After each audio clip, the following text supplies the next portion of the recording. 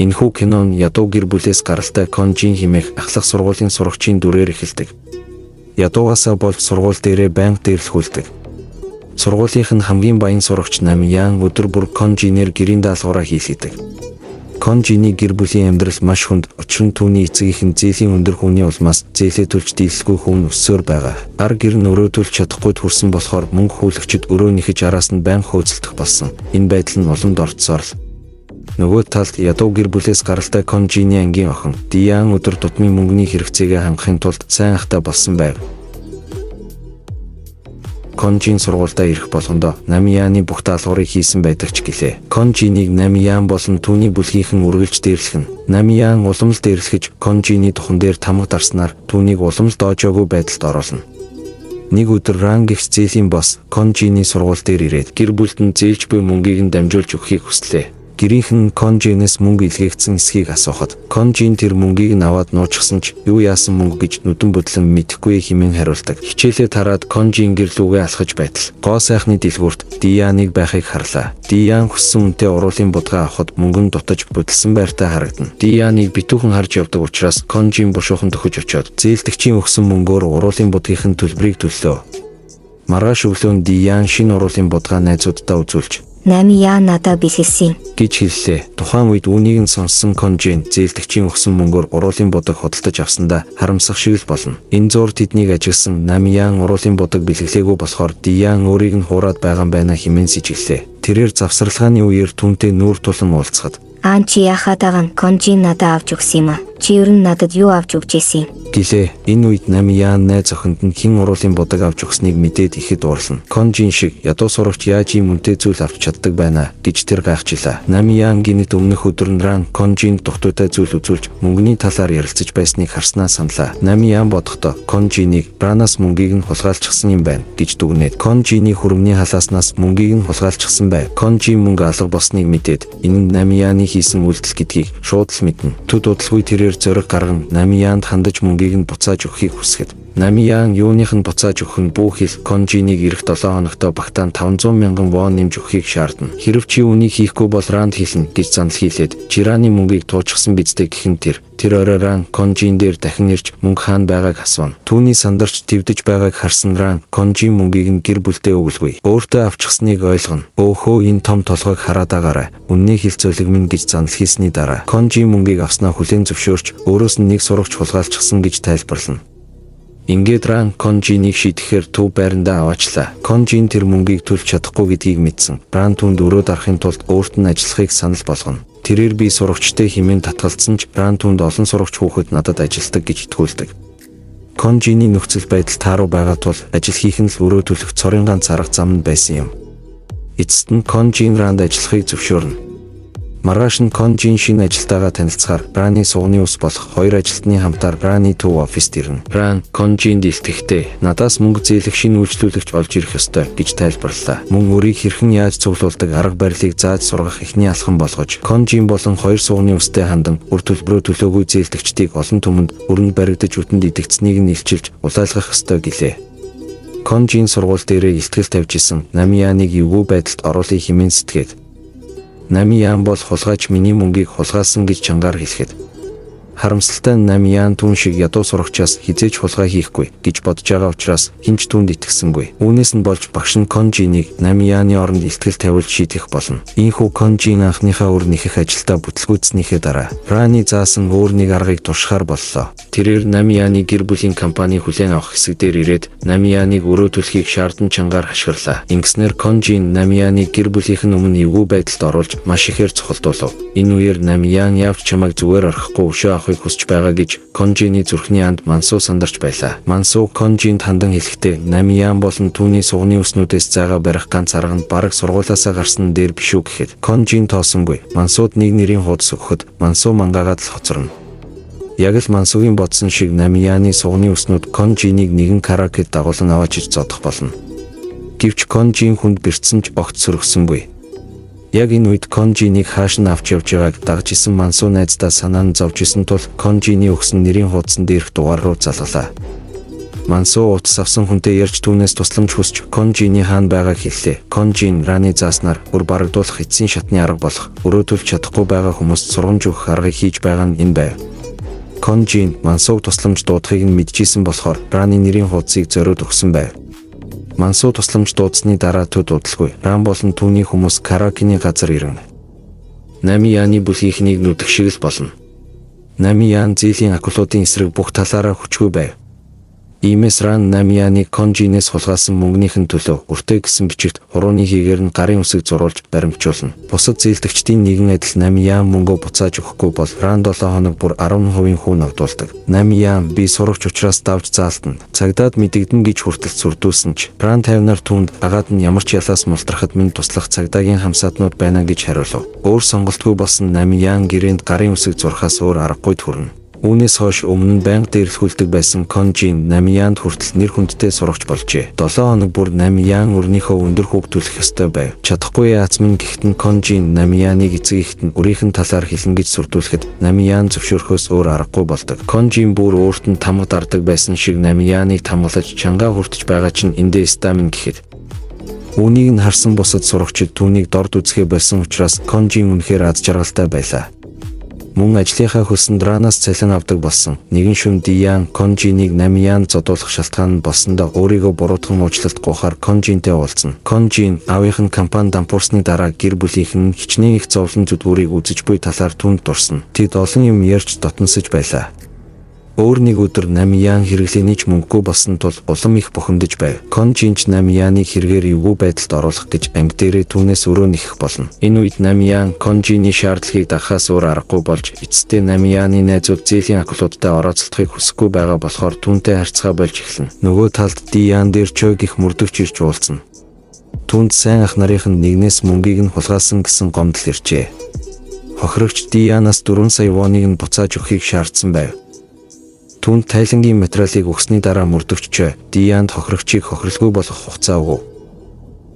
Нөгөө талд Ран Конжинтэй уулзаж бизнесээ өргөжүүлж ажиллаа сайн хийхийг тушаалаа. Ран түүнд мөнгө зээлэх хүсэлтэй сурагчдыг ол гэж хэллээ. Мөн түүнд өөрийгөө дог харагдуулахын тулд тансаг эд зүйлс худалдаж авахыг хүслээ. Ядруухан айлын хүүхдүүдийг онилж зээл санал болгохыг үүрэгдлээ. Конжин ч ажилдаа сонирхолтой болж сургууль орчмоор сурагчдыг судалснаар зээлийн акулууд хэрхэн ажилдаг талаар илүү ихийг мэдэж эхэлсэн юм. Сургууль дээр олон сурагчдыг Намиян эрхэндээ байлгаад байгаад Конжин дургуутж байлаа. Үүний зэрэгцээ Конжины сайн анд Мансуу Намияны бүлэглэлийнхний эсрэг дуугарах зоригтой болжээ. Намияны бүлгийнхэн Мансуугийн ааш аяганд игдүүдсэн ч Конжиныг ангидаа орж ирэхийг хараад түүнээс ч ирхэж гидэргээ буцлаа.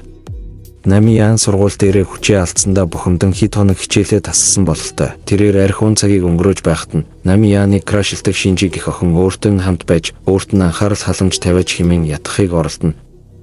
Нэгэн өдөр Конжин Мансуу хоёр сурагчдад зээл олгож эхлэв. Олон сурагчид өндөр хүүтэй байсан ч Конжинээс мөнгө зээлж лаг харагдахыг хүсдэг болсон байв. Тэдний хурууны хийгээр үрийн гэрээгээ баталгаажуулдаг болжээ. Ран Конжиныг олон үйлчлүүлэгч өөрт нь татаж чадсанд баяртай байлаа. Олсон мөнгөөрөө Конжин бүлэглэл байгуулж үдшилтэд байнга явдаг болжээ. Амьдрал нь ийм хурдан сайжирсанд тэрээр баяртай байлаа. Нэгэн өдөр Конжины ангийн багш нь сургууль дээрээ Конжины зээлийн бизнесийн талаар мэдээд зээл авахар түүнтэй уулзна. Конжин мөнгө зээлүүлэхдээ баяртай байсан бөгөөд багш нь бусад багш нарыг зээл авахулахаар авчирвал өөрт нь хөнгөлөлт үзүүлээж гэж хүртэл санал болгоно. Энэ хооронд Намиян амьдрал нь сүрч байгааг мэдрэн үргэлж хөлчөөрөхдөг болов. Шинжиж хажууд нь байнга дагаастай. Нэг өдөр Кянбаранд Намиян дээр ирж Конжин сургууль дээр хяналтаа тогтоож даам гарч байгааг хэлв. Кян тэдэнд Конжиныг буулгаж авахын тулд хамтраач хэмээн санал тавилаа. Үүнийг нь сонсоод Намиян зөвшөөрлөө. Тэд сургуульдаа ирээд Конжины ноёрхлыг зогсоохоор төлөвлөж эхлэв. Маргааш нь Намиян болон түүний бүлэг Конжины дотны найз болох Мансуу дээр очиж Конжинээс уруулахаар төлөвлөжээ. Тэд Мансууд хандан Конжин зүгээр л чамайг ашиглаж байгаа. Чамаар хамаг заван ажиллаа хийлэгчгээд хитрхи бага цалин өгдөг. Гэсэн ч чи сургууль дээр Конжины зээлийн бизнест нохоо шиг зүгтгсээр л химээлээ. Намиян Мансууд хандан Конжины бизнесийг сүрүүлэх хэрэгтэй гэж санал тавив. Мансуу Конжин дээр ирэхэд хоол аваад ирээ золиг минь гэж тушаахыг нь сонсоод дээрлэхүүлээд байгаа юм шиг санагдав. Намияны зөв юм байна гэдэгт итгэх болно. Энэ хооронд Дияны найз Хиун ганцаараа сууж байсан. Диян дээр ирж түнд мөнгө өглөө. Хиун Дияны хулгайн асуудлыг мэдэж байсан бөгөөд асуудлаа шийдвэрлэхэд нь туслахыг хүсжээ. Гэвч тэр Хионы тусламжаас татгалзаж хэрэгт нь оролцохгүй байхыг хүснэ. Дианыг явсны дараа Шинжи болон түүний найзууд Дианы асуудлыг сонирхож Хионы утсыг булаагаад Дианыг нэг ахаас мөнгө хулгайлсан хэргийн мэдүүлгийг нь олоод мэдчихнэ. Шинжи эргэлзэлгүйгээр энэ тухай Намияанд мэдгдлээ. Тэр орой Намиян Конжинээс мөнгө зээлсэн бүх сурагчдыг цуглуулсан байв. Тэрээр Конжины зээлийн бизнесийг сүрүүлэхийн тулд өрөө цаг тухайд нь төлөхгүй байцгаа хэмээн ятгах байлаа. Маргааш нь Конжинд ашиглагдаж байгаагаа мэдэрсэн Мансуу сурагчдаас өр барагдуулахаас татгалзав. Тухайн үед олон сурагч өрөө төлөхөө болсон учраас Конжины орлого маш их буурчээ. Конжин Мансууг мөнгө цуглуулсангүй хэмээн загнахад харилцаа нь бүрч дордох болно. Тэр орой Мансуу нууцаар Раны төв байранд зочлоо. Конжины явахгүй байгаа ажлыг би зэгцэлж чадна. Тиймээс Конжины эзэмшлийн газрыг надад өгөөч гэж гуйна. Гэвч Ран Мансууг айлхан чи өөрийн жинхэнэ зорилгоо ухамсарласан бол өөрийн гэсэн газар нутагтай болж Конжины адил цалин авах байсан хэмээлээ. Гэвч Ран Мансуугийн хүсэлтийг зөвшөөрөв. Үүнийг нь Конжин мэдээд Мансууд хандан өөрт нь хэлсгүйгээр газар нутгийг нь гуйсан дуурлаа. Ингээд Мансууг зогсоохын тулд Раны хүмүүстэй холбоо барихыг оролдсон боловч Ран Мансууд газар нутгийг нь аль хэдийн өгчихсөн байсан тул тэд юу ч хийж чадсангүй. Өр барагдуулахад нь туслах хүн байхгүй. Ялангуяа олон оюутнууд өрөө нэг дор төлөхөө болсон тул Конжин бухимдаж байв. Тухайн үед Ран Конжиныг ажиллаа хийж чадахгүй байна гэж загнаж сурагчид тус бүр рүү өр барагдуулахаар хүмүүсээ явуулахаас татгалзсан юм. Яг энэ үед өрөнд баригдсан сурагчид сургууль дээр нь зээл өгсөн этгээдүүдийг цагдаад мэдүүлжээ. Цагдаа нар ихэндээ нэг их тоосонгүй. Гэвч нэг сурагч Раны зургийг харуулхад мөрдөгч Чойцог тусан гайхширна. Өөр нэг өдөр Ран энэ бүхнээс залхаж орлого нь буурч байгаа тул өртөө бүх сурагчдын эцэгийнхээс 1 сая вон салгаж аваад энэ бүхнийг цэгцэл гэж хүмүүстэй тушаалаа. Үүний зэрэгцээ Конжин өрийн эргэн төлөлтөөс болох орлогогүй улмаас улам их стресстэй. Бүр сүүлдээ өрөө төлчихсөн нэг сурагчийг дараагийн төлбөрөө хугацаанаас өмнө төлөхийг тулгаж ангаар нэг шууган тариадах нь. Нөгөө талд Диан мөрдөгч Чойтой уулзахад хэрвээ өөртөө нь унтвал хулгайн хэрэгээс нэрийг нь цэвэрлэж өгье гэж санал тавина. Гэвч Диан авилгач офицертой унтснаас хэргийг хуулийн дагуу шийдсэн дээр хэмээн татгалзах болно. Дараа нь Чой сурагчид сургууль дээр нь зээлийн акулууд хууль бусаар зээл олгосон талаар Рантай холбогдлоо. Чой Ран хоёр бие биенээ таньдаг болох нь тодорхой болох бөгөөд тэрээр хууль бус бизнесээ явуулахын тулд Ранаас байнга авилга авдаг юмсан ч Чой Ранд ойрын 2-3-7 хоногийн турш нуугдаж байхыг анхаарууллаа. Учир нь цагдаа нар тус сургууль дээр хууль бус зээл олгосон хэргийг шалгахаар төлөвлөж байгаа юм. Конжин сурагчид цагдаад мэдүүлэг өгснийг мэдээд тусламж хүсгээр Раны төв офис руу гүйн очлоо. Гэвч Ран болон түүний хүмүүс аль хэдийн зогтсон байсан болохоор энэ газар эзгүй байлаа. Конжин ч уламж их твдэн сандарна. Тэр орой Дианыг гэрлүүгээ алхаж байтал Шинжи болон түүний найзууд отож байжээ. Шинжи сургууль дээр Дианы хулгайн хэргийн талаарх мэдээллийг тараана гэж сүрдүүллээ.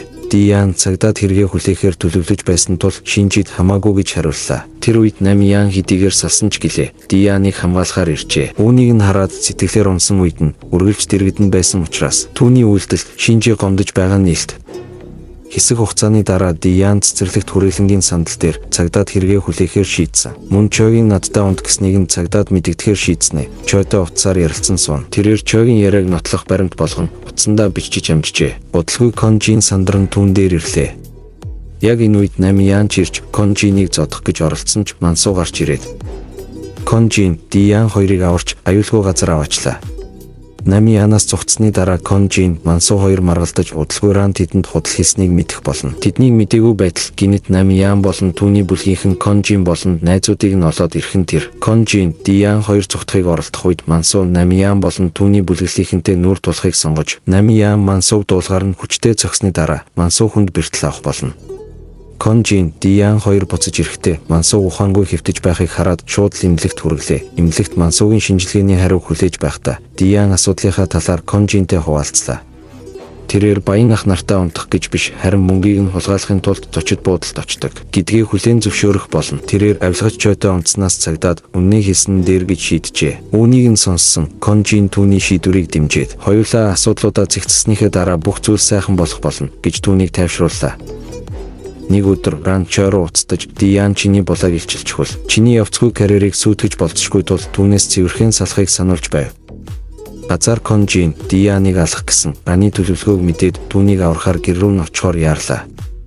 Энэ хооронд халдлагыг мэдсэн Намиян Хионд мэдгдснээр Хион шуудхан Дианы гэрт ирэв. Дианы гэрт Конжин түүнд туслахаар дуулга өмссөн орж ирээд Раны хүмүүст нялга зодуулах нь тэр. Ран хариугүй Дианыг хороох гэж байтал Хион түүнийг цохин ухаан алдуулснаар найзыгаа аварлаа.